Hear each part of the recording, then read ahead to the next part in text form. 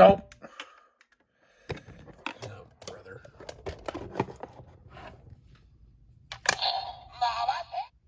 Hey guys, it goes with Nani here, and welcome back to another review. This time we're taking a look at the DX Zenkaiju gear from機界戦隊Zenkaiger. Now this is the first major power-up used by both Zenkaiger and Zenkaiger to access their super forms. And as you can see, this is more or less a reference to both Time Ranger and Jew Ranger, or in this case MMPR and Time Force, because those were the only two Sixth Rangers that I know of that used Sixth Ranger mechs of the exact same variety, because they're both dragons in a sense. But as you can see, this thing is heavily inspired by both the Q-Rex and the Dragon Caesar, because I forgot the name of the Japanese version of the Q-Rex. But essentially, this is a very nice little Sentai gear, and it also does count as a little mini animal, which I do like it when the gimmicks have their own like separate modes before they actually are used as the gimmick.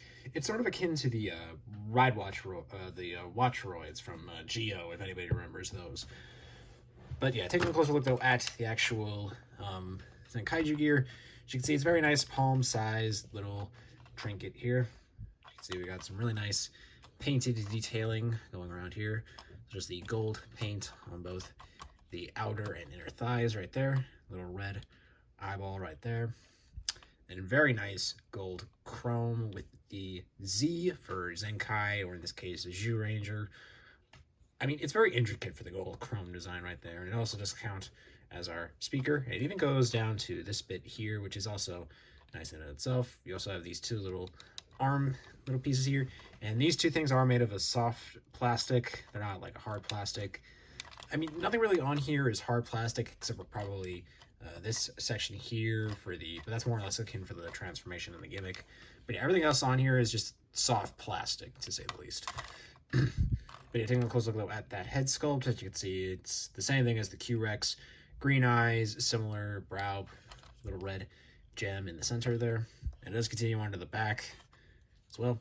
And the thing does come packing because it does have these little cannon pieces, which are not movable, unfortunately, but it does work.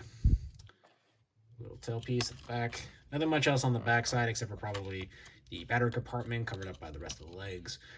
But that's understandable. Of course, we do have this little latch here, which akins to both the gear ringer and the gear slinger. And we actually do have our little Sentai gear piece here. And of course, this thing does work either way, so you can have it like this or like that, and they'll still look pretty much relatively the same. Sentai gear number 37 for the DX quality. And this thing does spin on a ratchet sound right there. Of course, we have these two little release buttons for both the gear slinger and the gear ringer. And we do have this little activation button as well. So essentially, to turn the thing on, you just have to take out the little pull tab at the back here. And when you pull it out, you get the generic roaring sound. And that's pretty much it. If you press... Now, I'm getting into the sounds of it. There are a couple ways you could do that. You could hit this little latch button here to access a little roar sound effect. But that doesn't really do anything in the main mode. But what you can do is you can actually spin the Sentai gear and you will get some sounds coming out of that.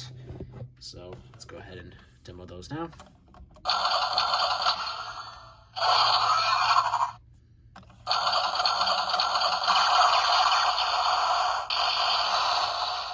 Get some can blasts, because apparently when the longer you spin it, you do actually access the can blast modes. But you do get some roars and some barks.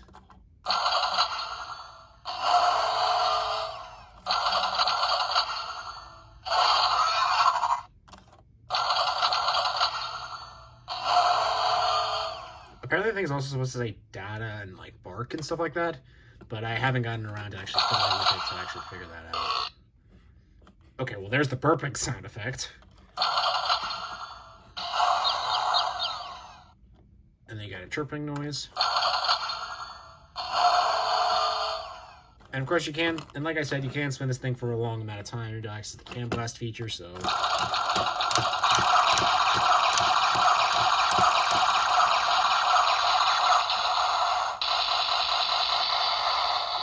And you do that for about roughly 10 times. So with all that being said, though, that's all you can really get in the normal mode. There is some articulation, because you could have them essentially kneeling up like this, and it'll hold the position like that. And you can have him like sort of just like if you do stop motions, you can have him like jump into battle like it does in the show. And of course you do get some head articulation such as a wiggle up movement, like up and down movement, but unfortunately that's more or less for the transformation to the Sentai gear mode, which is what you would be getting into. So essentially to change it from Kaiju mode to Sentai gear mode, you just flip up the head. What you're going to do is you're going to flick this whole section around, and then you'll get a confirmation sound. So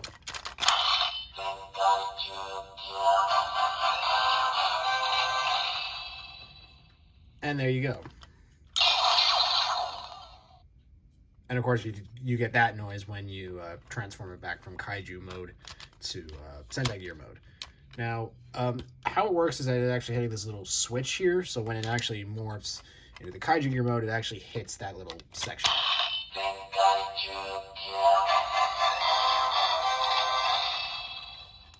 And you can't really do much else in this mode. If you hold it slightly open like this, you get nothing, so...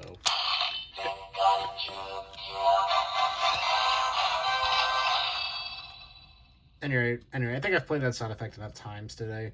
So, before we get into the actual sound effects and such, here it is compared to an actual Sentai gear. Sentai gear is fine on the backside, but comparing it to the actual gear that they do use, there's a huge difference between the two. But at any rate, now that we got all of that noise out of the way, let's go ahead and get in the gear tlinger and check out the sounds there. Now, there is more than one way you can do this, so first things first, we need the gear tlinger to be open. But normally you're supposed to plop this thing in here, but that could ultimately damage it. So what I personally like to do is to hold it down the release button, like so. So essentially you hold down the release button, and then you just plop it.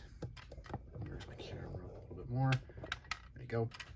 And just plop it in, and then release it once you have it fully secured. And there you go. Everything's all set up. And when you got all of that out of the way, now we can get into the meat and potatoes of it. So like normal, we just turn the crank.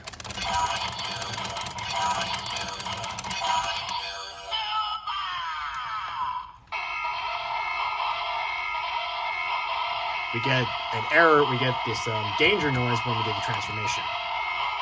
Hold the trigger.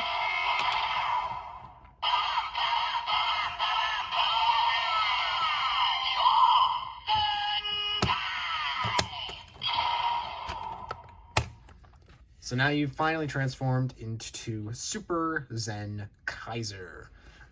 Now I do like that when you do turn the gear in the gear tlinger, it actually says Kaiju as you're doing that, and then it just stops when it knows when it's ready to transform into that. And I do love the whole blam blam blam during the whole bum bum, because that actually is very intuitive and not intuitive, but very very excellent to choose for the transformation sounds. Unfortunately, though, when we get to the gear to ringer, the problems there that we have with it will continue. But for right now, let's go ahead and continue on with this. As you can see, it does make the gear tlinger a little bit top-heavy because I did deploy the little wings. But when you have it just by itself, there is a slight topple. So for the rest of the video, I'm going to just do that. But I mean, it does have a lot of heft to it because I mean, this thing is a little heavy when it's on the gear tlinger. But there is a lot of cool functionality with it in of itself. So when you hit the button, you get the a special version of the gun blast. You can do the Gatling if you want.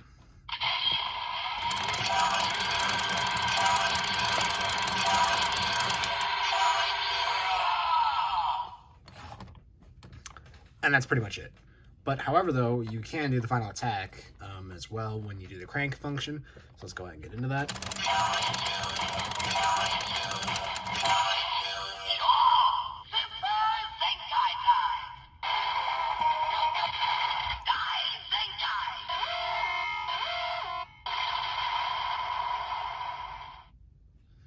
And there you go. Now you have the super final attack.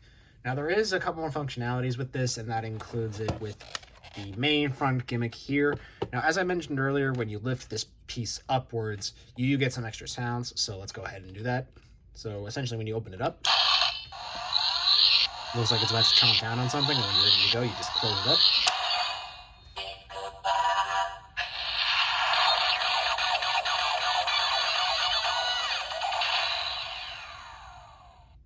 So essentially, now you transformed into the super version of yourself, which is nice. Unfortunately, the Gear Tlinger doesn't know that because it's supposed to be flipped backwards in order for that to work. But you do get one more thing when it comes to that. So when you open it up again, you get Zenkaiger.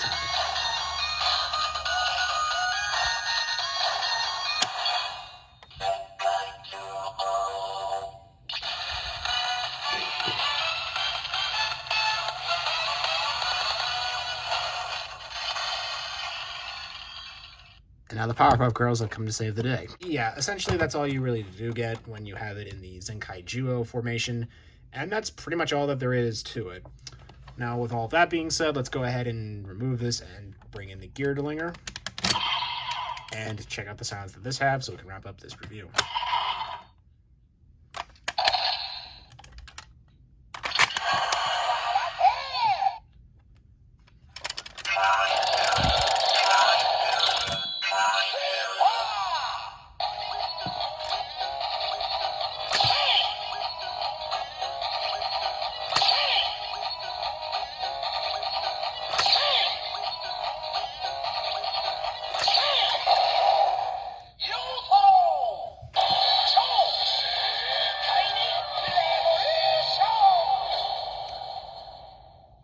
And now you've transformed into Super to Kaiser. Now, personally, between this formation and the Gear Tlinger formation, I prefer this a little bit more because it actually looks like the Kaiju gear is looking out of the dome piece, and it kind of looks like a laser scope. When you fire it, the barrel of the gun, you get a super version of that attack, and you can technically use it in the sword mode because for the final attack for Zenkaiju, recently in the show, he does use the sword mode to access this attack. But unfortunately, since it doesn't have any classification if it's sword or in gun mode, there's no point to it, so unfortunately. But now let's go ahead and get into the super attacks.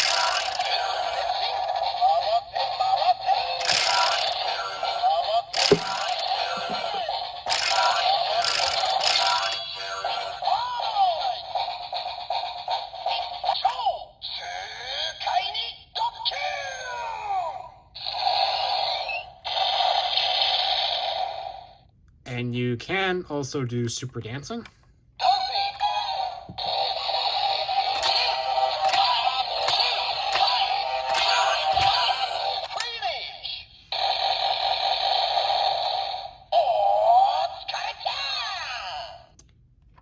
And now that we got all of that out of the way, let's go ahead and get into the Zenkaiju formations. Now, I know that the sound effects are pretty much the same for this, but, however, though, since I do want to go over every little detail, I'm going to do it anyway.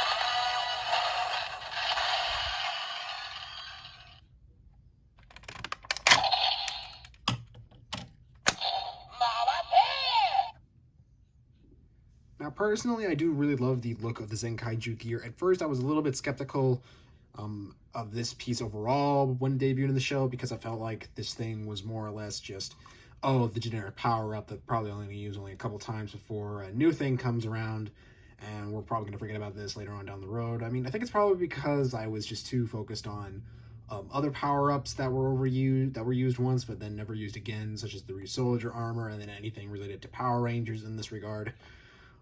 But actually having this thing physically in hand, I realized how much fun it is between both the opening jaw gimmick, the spinning, and as well as how good it looks with both of the included changers that we do have so far. Personally, though, I would love to see this in the Gear to Zinger, but since that's not coming out until much later. We're gonna have to wait and see. And yes, I do have plans of picking that up whenever that comes out. But getting back on topic though, I really do love this little gimmick item.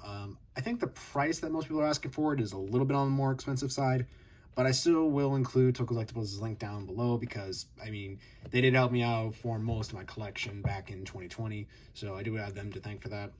But with all that being said though, guys, thank you so much for watching, and feel free to like and subscribe for more content.